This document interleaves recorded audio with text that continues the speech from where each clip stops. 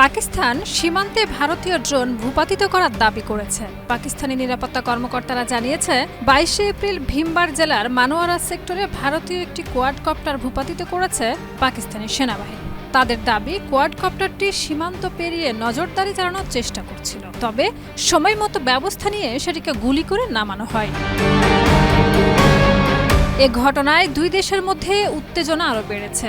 22 April কাশ্মীরে ভয়াবহ হামলায় 26 জন নিহত হওয়ার পর থেকেই পরিস্থিতি উত্তপ্ত। ভারতের পানি চুক্তি স্থগিতের জবাবে পাকিস্তান আকাশসীমা বন্ধ ও সিমলা চুক্তি স্থগিতের হুঁশিয়ারি দিয়েছে। ভারত হামলায় আন্তঃসীমান্ত সংশ্লিষ্টতার কথা বললেও এখনো প্রমাণ দেয়নি। পাকিস্তান সব অভিযোগ অস্বীকার করে নিরপেক্ষ তদন্তের দাবি জানিয়েছে। পাকিস্তানের মতে এই পদক্ষেপ ভারতের গুপ্তচর তৎপরতা প্রতিরোধে সফল হয়েছে এবং এটি পাকিস্তান সেনাবাহিনীর প্রস্তুতি ও পেশাদারিত্বের প্রমাণ। কর্মকর্তারা জানিয়েছেন, সীমান্তে যে কোনো আগ্রাসনের জবাব দিতে তারা সদা প্রস্তুত।